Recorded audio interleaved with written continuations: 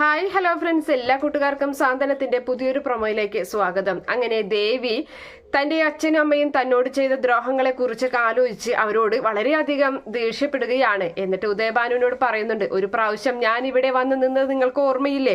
എന്നിട്ട് ഞാൻ തിരിച്ച് ദേവമംഗലത്ത് എത്തിയതാണ്. എന്നിട്ടും നിങ്ങൾ പഠിച്ചില്ലല്ലോ, എന്റെ ജീവിതം പിന്നെയും നിങ്ങൾ ഓരോന്ന് ചെയ്ത് ഇല്ലാതാക്കിയില്ലേ എന്ന് പറയുമ്പോൾ, അയ്യോ അച്ഛൻ അതിനുശേഷം ഒരു തെറ്റും ചെയ്തിട്ടില്ല മോളെ എന്ന് പറയുമ്പോൾ, ഇല്ലേ പിന്നെ എങ്ങനെയാ മാമൻ അവിടെ ആ വീട്ടിൽ നിന്നും പുറത്തായത് എന്ന് ചോദിക്കുകയാണ്. അത് കേട്ട് ഉദയനൊന്ന് ഞെട്ടിപ്പോകുന്നുണ്ട്. എന്തായാലും അതിനുശേഷം പുറത്ത് ബെല്ലടിക്കുകയാണ്, കോളിംഗ് ബെല്ല്. അപ്പൊ എന്തായാലും നമ്മുടെ ഈ പറയുന്ന ദേവിയുടെ അനിയത്തിക്ക് ഒരു കല്യാണാലോചന മറ്റോ വന്നിട്ടുള്ളതാണ്.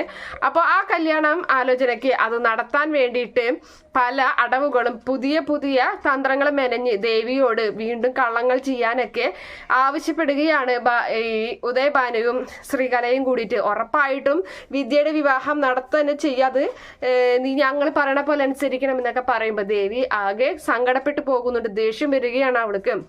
അങ്ങനെ അതിന് ശേഷം ദേവിയെ റൂമിലൊന്നും കാണാനില്ല.